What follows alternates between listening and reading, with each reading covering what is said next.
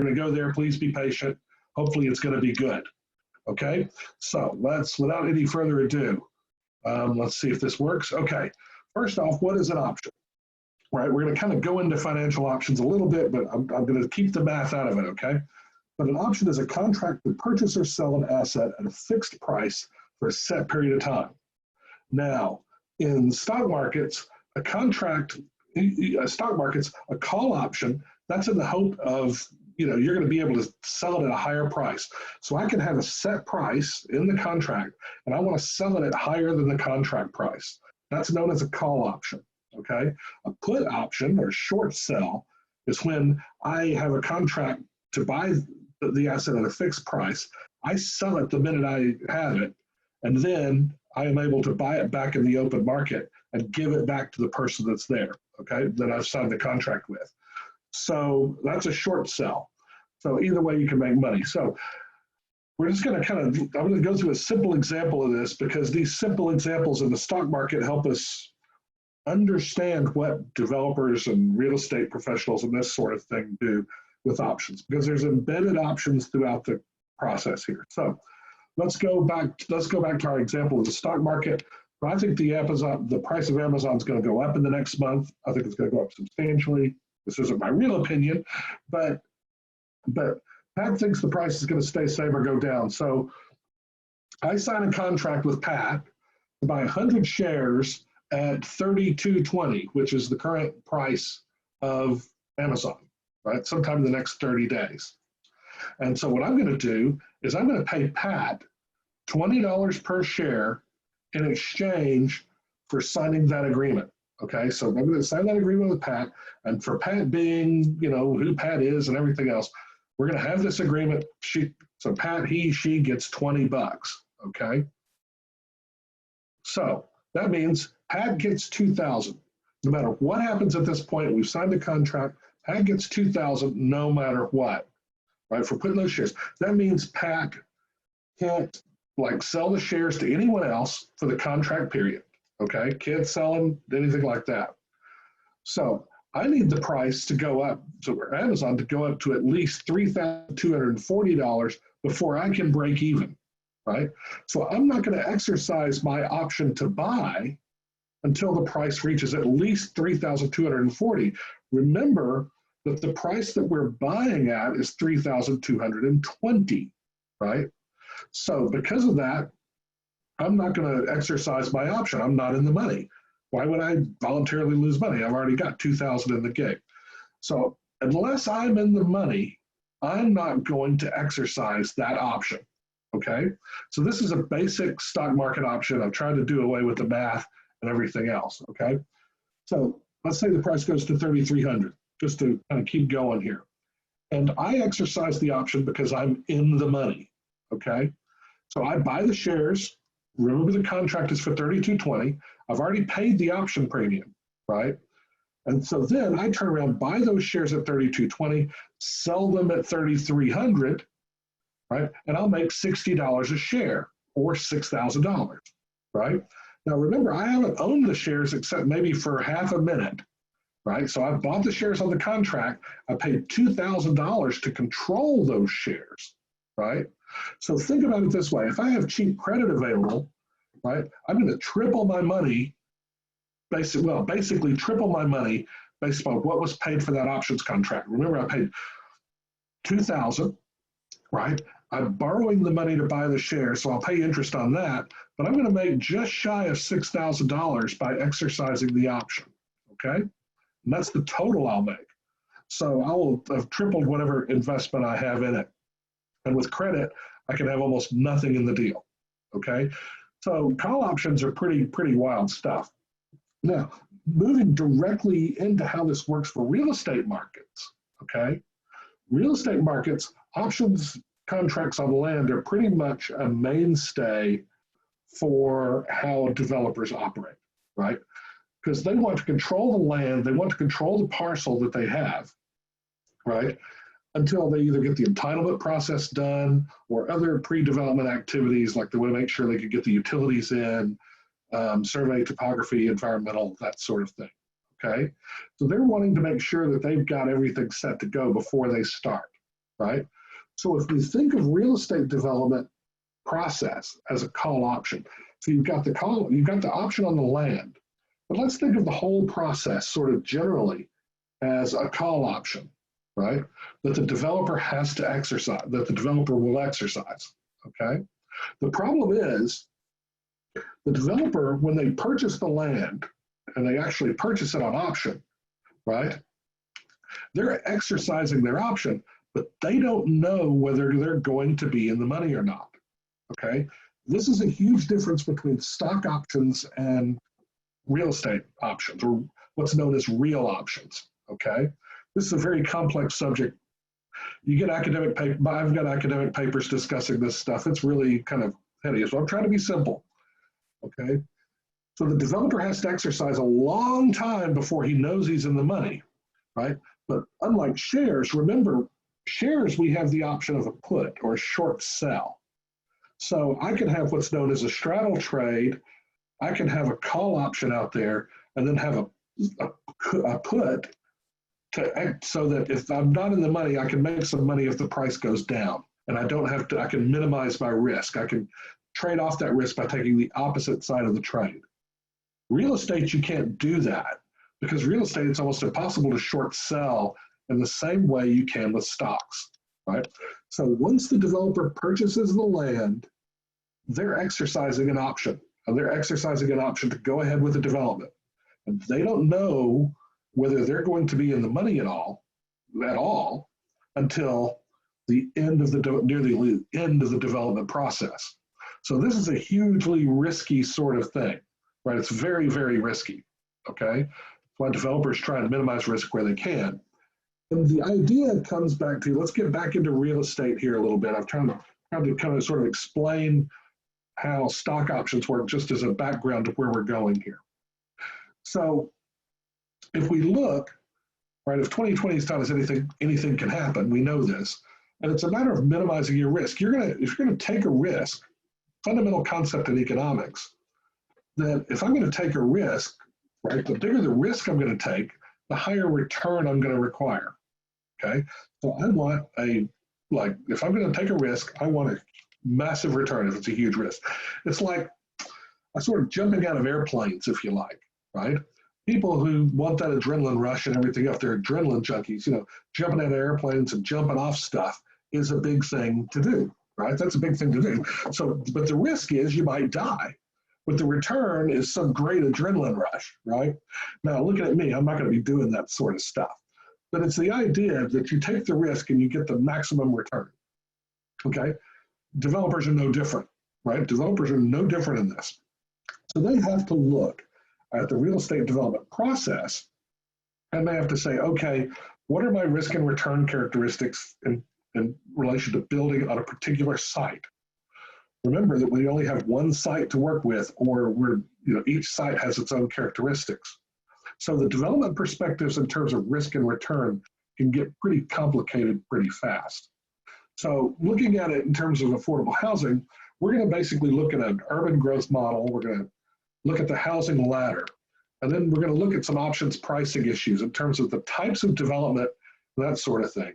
And then we're going to briefly discuss tenure, development, and capital market expectations, because they mean a lot in terms of how options work in development markets, and how the condominium liability rules are just one part of a complex sort of game. It's not just about cost, okay?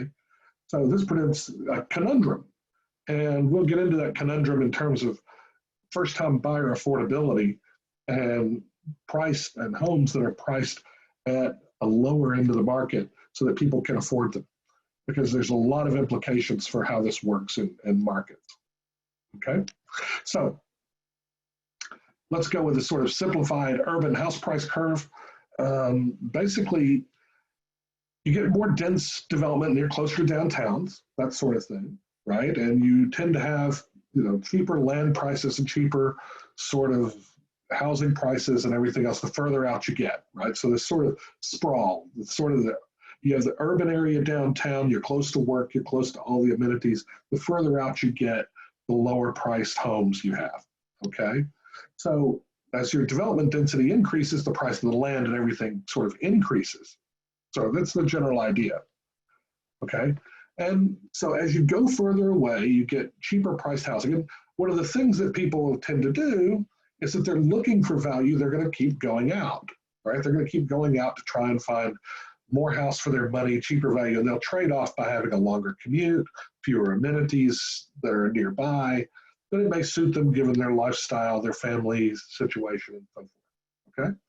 So as house prices and densities change, the demand starts to increase, right? So let's say we have demand increase, something like Puget Sound region where you have lots and lots of demand, and what happens is you can only go out so far before you lose the amenity value or the proximity to the city at all. Right? This isn't an endless sort of thing. So what you have is you have this sort of cap, and as the prices go up in the middle, it brings the prices up for everyone. It brings the whole curve upward, right? So the whole curve moves up, and your price, the minimum price, goes up with it in terms of participating in the housing markets. So this is the sort of proximo-distal sort of start in the middle, move out urban growth model, okay? That's the sort of thing we're looking at here. Now, we come up with this in terms of the housing ladder. So you have a continuum of tenure, you've got, sort of filtering and a continuum in the housing market. So, somebody when they're young may start off in the rental market, they may move to the suburban rental market, or they may be in the city or whatever, but you've got the rental market dynamics. And then you've got ownership dynamics in terms of first-time buyers, and then trade up and that sort of thing. Now, we usually associate different types of housing with different rungs of the housing ladder. So if you're able to see here, and I know this is kind of small for some of you guys, right? Usually you have house types represented within each rung of the ladder, both owner and renter, okay? So in the renter households, the closer in you get to the city, you have high quality multifamily housing in the city in one of these blocks that's near, the restaurants and work, and you walk everywhere and that sort of thing, right? That tends to be the higher end of the rental market. The lower end of the rental market, you have, the ADUs, lower end hotels that have been converted into apartments, that sort of thing, okay? But each rung of the ladder represents a particular sub-market, right? That when you start to move up, you start to change from rental tenure to ownership, right? Which has different dynamics. There may be a move to go from rental housing in the city to lower priced ownership housing, because ownership housing may be too close to the city, where people will move out to the suburbs with the hope of possibly trading up and moving back closer, or because of their lifestyle, they try and move to a bigger house in the same suburbs, or they may stay put, okay?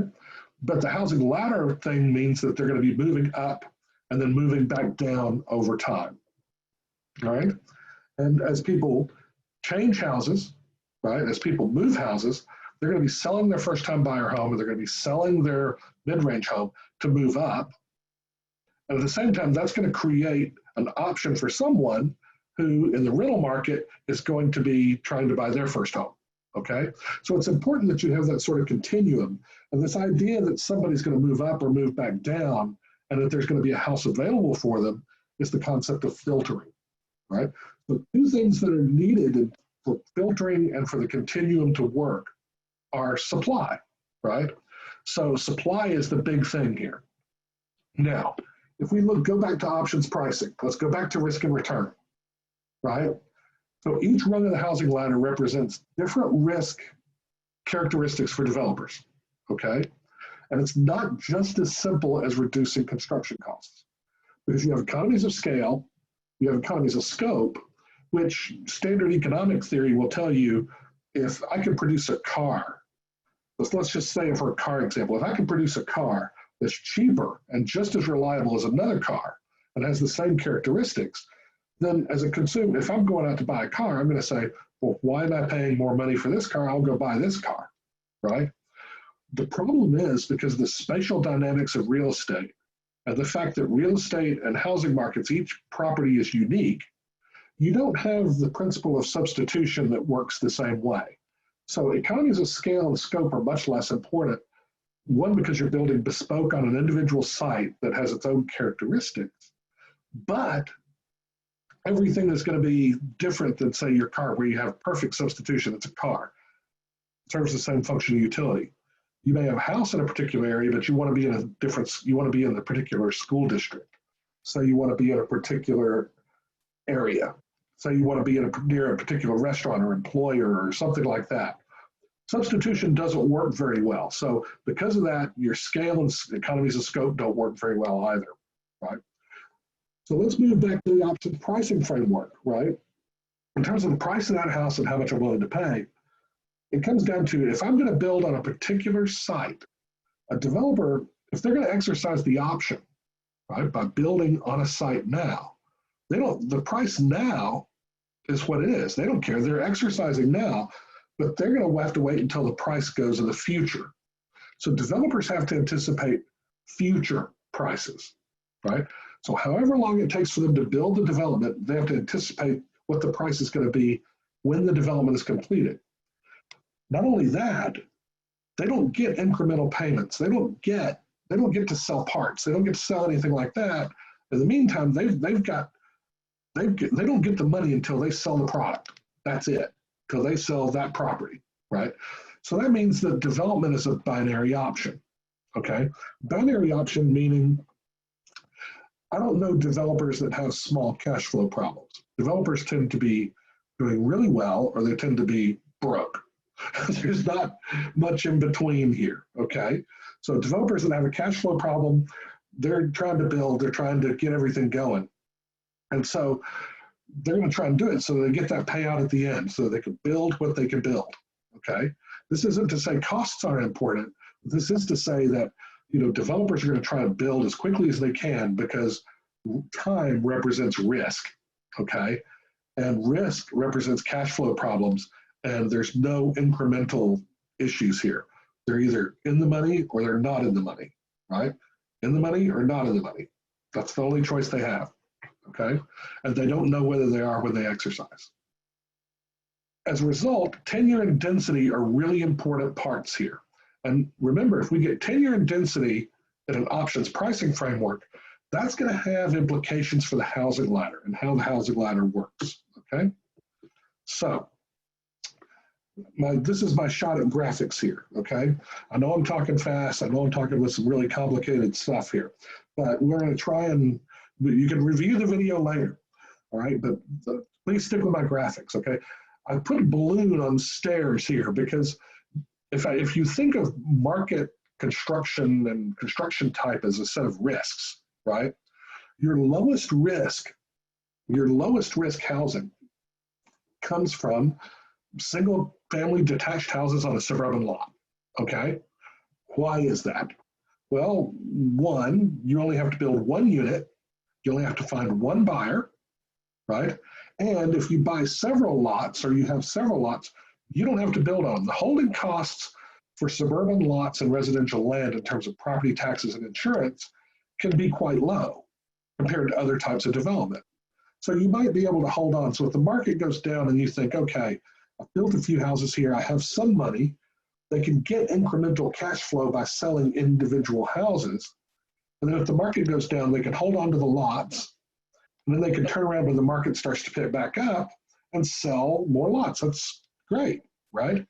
And single family detached houses are something that people want, right? They want the space, they want the amenities, they want that sort of thing, okay?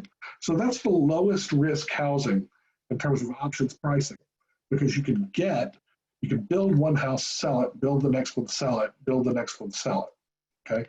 Your time frame is not very high. You can build it rather quickly. It doesn't take too long to build a single family detached house on a suburban lot, okay? The next one is sort of low density rental, like your duplexes and townhouses. So low density rental duplexes and townhouses and that sort of thing for sale. You know, maybe your 3 or 4 plex out there, right? That can be built relatively quickly as well, okay? That can be relatively quickly. And here's where you start to get into the rental dynamics, right? Because if I can build the building and I can get rent, right, that's going to be cash flow. If I'm developing a multifamily property, I'm interested in the cash flow that I'm going to get from that property. right? I'm not interested in the sale price. I'm interested in the cash I'm going to get, which is a different critter than trying to sell at one particular point in time, right? So I can argue that because of the timing, the construction costs, the speed with which it can be built, that low density rental and townhouses are relatively, higher risk than single family detached houses, but not nearly as risky as other sort of small scale multifamily, right? Small scale multifamily being, your, 8-plex, 16, the larger buildings that have a lot of units in them, right? Or where you have a site where you're building multiple units and multiple sites, okay? So something like 12, 16 units, something bigger than, say, a small-time property investor would get into, okay? But that's a rental market, right? So remember, when it's built, you can have incremental cash flows, right? So when it's built, because you get those incremental cash flows called rent, right? That has some different characteristics. The next one, it requires a lot more money to build and a lot more land and a lot more time to build, not just in the entitlement process, but the time to build, time to get the infrastructure together and everything else, are your large-scale multifamily rental projects, okay? Now, the large-scale multifamily rental projects, like I say, it's just the scale and it takes time. Not only does the entitlement process get time, remember, developers have an option on the land probably tied to the entitlement process, right? So it's not just the entitlement, it's the construction, it's everything else, it's the uncertainty, okay? Then we go to large-scale condominium developments. Now, somebody may say, why is a large-scale condominium development more risky than a large-scale multifamily development? Well, there's lots of reasons for it, right? Not only do you have a long time between when you exercise your option to develop on a site and you're in the money, right? Remember, it takes a longer time for the larger developments before you know whether you're in the money. With the condominium market, you have to time the market perfectly because since people can get out of their deposits, even if they pre-sell, they can get out of the contracts, they don't have to buy the units. A developer selling condominiums, especially large numbers of condominiums in one development, has to sell a lot, all at once. If they don't sell them all at once, they're in trouble. That's the same if you have larger townhouse developments. The scale matters, and the timing of the cash flow matters in terms of whether an option is more risky or not. So if I'm going to exercise, I'm going to sit there and say, if I'm going to do a large scale development, first thing I'm going to do is say apartments, right? Why? Because, well, I can get my return based upon capital market expectations, right? I can sit there and say, okay, stock market and other investments say that, let's say the 10-year note is going from 10-year bond is 0.67, less than 1%. If I offer an institutional investor 3 or 4% in rents, then they're going to fund my development, right? They're going to fund my development and they'll get that 3 or 4%. And I can lower the rents and make that 3 or 4%. I can charge a lower rent and meet the institutional investors' expectations, right? Because their expectations aren't governed by the real estate markets necessarily. They're governed by what they can get from alternative investments in the capital markets, okay? Compare that to the condominium development. The large-scale condominium development, I have to sell all the units at once. The market has to be just right at whatever time I need to sell, okay? Whereas large-scale multifamily development, I don't have to have the timing just right. I'm going to get those incremental rents, right? So the other question that comes about is, what happens when we start dropping out some of the balloons here? Some of these balloons pop. Remember that we work in a cyclical business, the market doesn't always go up. So what if the balloon pops? What if it deflates, right? Well, then you don't have those options, you don't have the options available to people to purchase, right? You may not have the options available for people to rent, right? So if you take that away, you take away low risk options for developers. So what are developers going to do, right? Remember, developers are looking at prices in the future. That's all they're looking at, right? They can talk about fundamentals all you want. but they only look at fundamentals to the extent that they care about, are they going to get the price that they need to sell those units at in the future? So if you take away those low risk options, think of risk and return for a minute. You're asking them to take a higher risk, which means they're going to expect a higher return, which means they're not going to develop until prices and rents reach a point that they're going to be in the money, or they think they're going to be in the money, and it becomes a no-brainer, okay? That's how they settle that risk and return argument. If you're going to ask for larger scale, higher density of development, that means prices have to go up to a point where developers feel comfortable taking on the extra risk. What that means when you take that balloon out of the bottom part and that step collapses is that you have a big gap in terms of the housing ladder. You have people who don't have those first-time buyer houses anymore. They're not being built, right? They're lower margin. They just don't become an option in the marketplace for developer, especially if you can't move further out. You take away the land for it, you take away that as an option in the marketplace, then that means that you don't have the continuum of tenure, right? This isn't to say sprawl is all a good thing and all the rest of this sort of stuff, that density has its role. But density leads to pricing outcomes, and it leads to the risk outcomes that you end up with certain types of housing that aren't built. So say I'm a first-time buyer and I want to buy a condominium. Well, because of what's been going on in the marketplace and because of the risk associated with condominium development, right, then those first-time buyers options, even in high density, aren't available to me, right? You have a lot of high density ownership options that aren't available because all of a sudden condominium development takes on its own risk, right? It takes on its own risk characteristics. They're going to build multifamily rental, which is what we've seen, right? So from an options pricing point of view, this makes perfect sense. So let's look at the current market. I'm almost finished, I promise, okay? Is that you've got first-time buyers and retirees, right? You've got a current market, lots of movement in the market, especially the past few months with COVID and everything else, people not needing to be close to work. What you've got is a situation where you've got retirees and other people who are moving to regional cities competing for the same houses, right? They're all competing for the same houses. Older people are cashed up and they've got equity, okay? When you move to a regional market, let's recall from our urban growth model, people have an expectation that they're going to be able to buy lower density housing at a cheaper price. And if you've got people trading down, they're expecting the same thing. And the people trading down may have equity. Remember, if you have home ownership, you have equity as well. And they're going to use that equity to pay cash and blow everybody out of the market that may need a mortgage, okay? Now, that's the current market trend, and that's current. But a developer would have to ask, right, is this trend going to continue through the entitlement process? Okay, I've got options to sort out that. But is it going to continue through the construction process? Is it going to continue to the point where I can build 80 condominium units that's going to take 3 or 4 years? Am I going to do that? I don't know, right? Is the higher margin development in urban centers going to happen? Am I going to build, bigger houses in regional cities to attract retirees, right? You have a higher margin in terms of the higher priced houses, right? But am I going to be able to build them? Okay.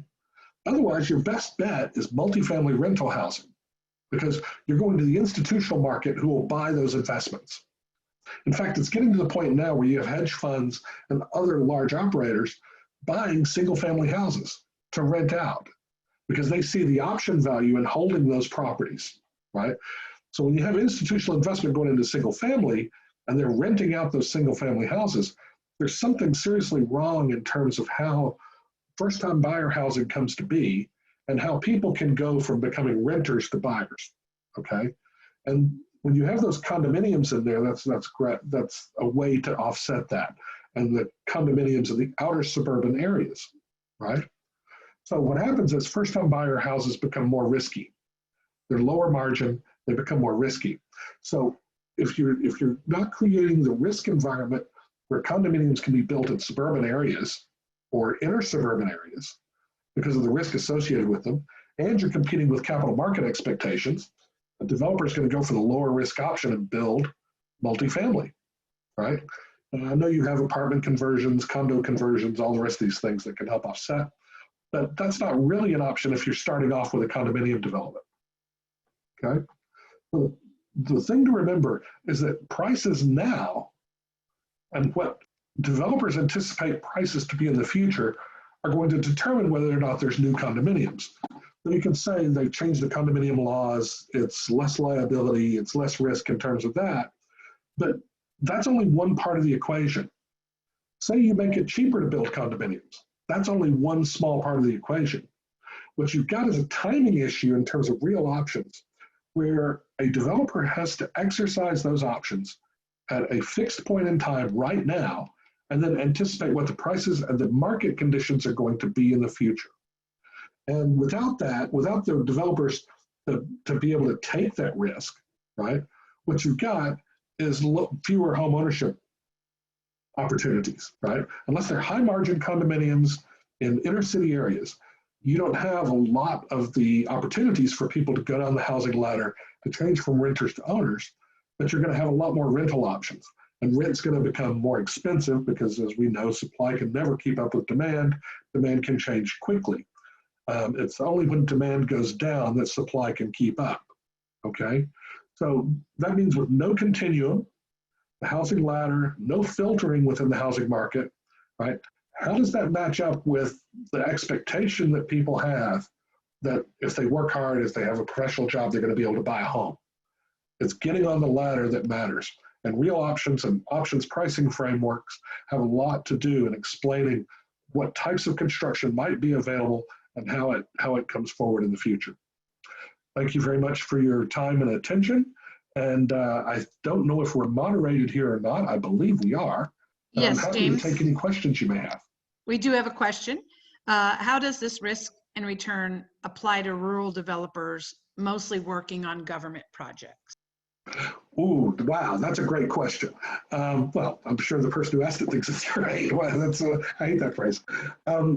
Yeah, first off, if it's government sponsored and government housing, right? You've got a subsidy, you've got things to make sure that that property is going to operate at some sort of operating performance level.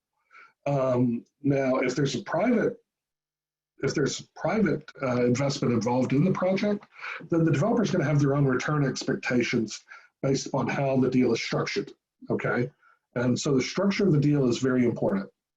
Given that that's very important, developers are going to see whatever special financing they can get in terms of the incremental payments they'll have to make over time as a way of minimizing risk. The government involvement will help minimize some of that risk. It depends on what kind of rural development. If you're doing like the old 515 apartments, I mean, that's pretty obvious sell for a developer.